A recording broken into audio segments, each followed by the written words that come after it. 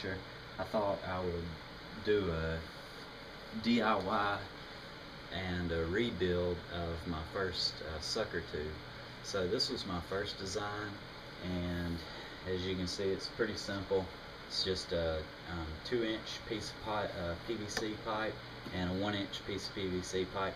And I first started with the male and adapter ends on there so that this piece screws on and off. And all I had for I guess a bushing to create the seal was a little piece of this standard foam here.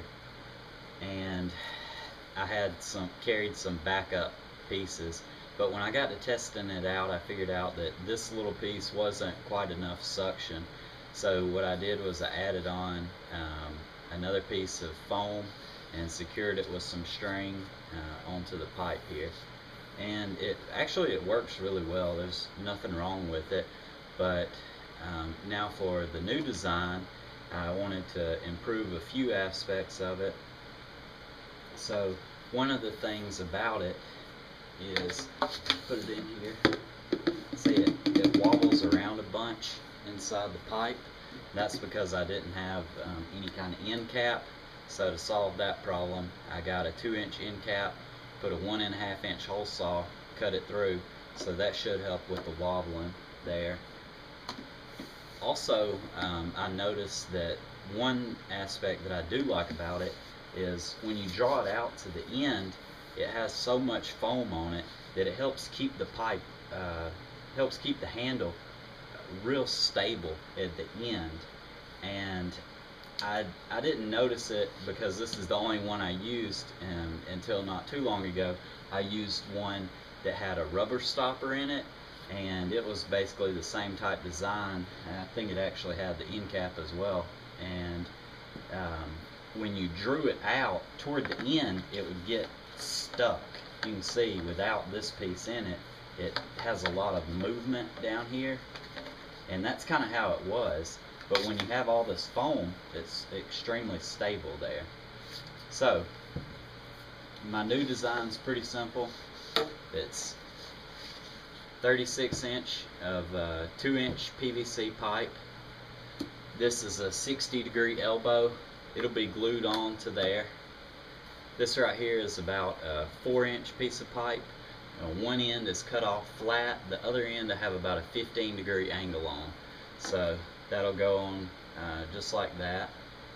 And then this, as you can see here, is just your standard foam insulation. And what I've done is it has this seam running down it, and I've just opened it up.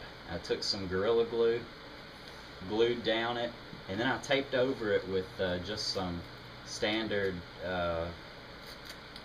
tape.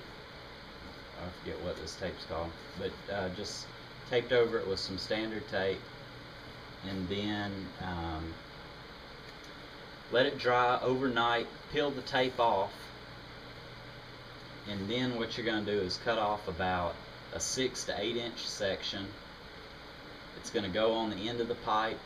You're going to add some glue around it, and then I like to secure the ends in a couple places. So I'm going to secure one end, and then the other. You could also put one in the center as well, and then put the end cap over it, and that'll kind of help stop it from sliding down any further, but the glue should be enough.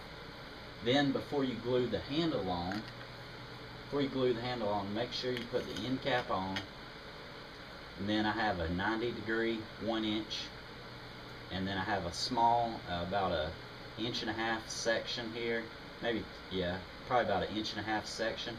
And I like my handles to be butted up like that.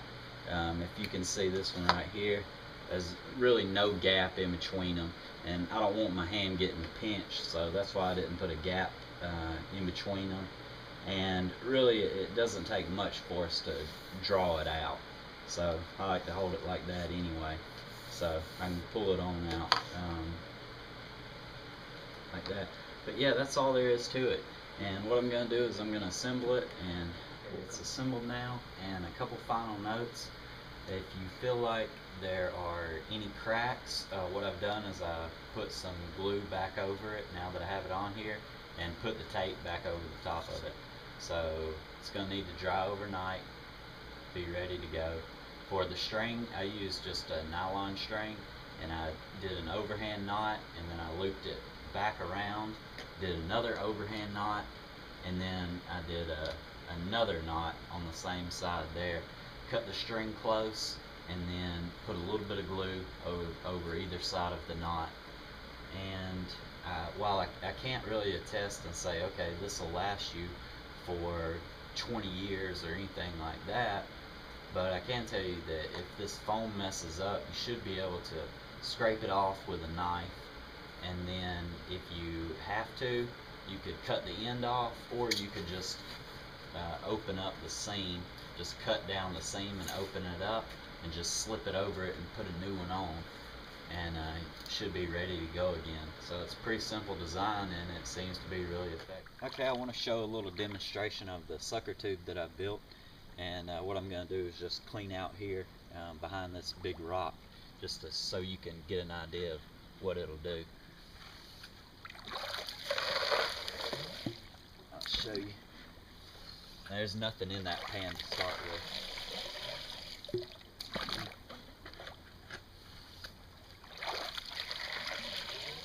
Three.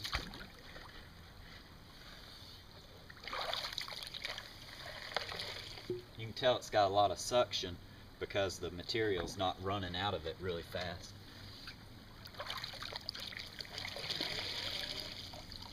Here's just water in it. So I mean, I'm not even messing with it here.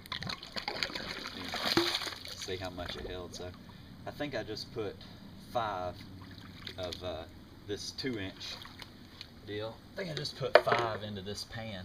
So you can see it's picking up rocks bigger than the classifier, and this is a 1/2 inch. And here's the material that it got right there. So almost a whole pan full in 5. Just suction it out 5 times. So hope you can see that well and get a good idea of how a cheap sucker tube can be pretty effective.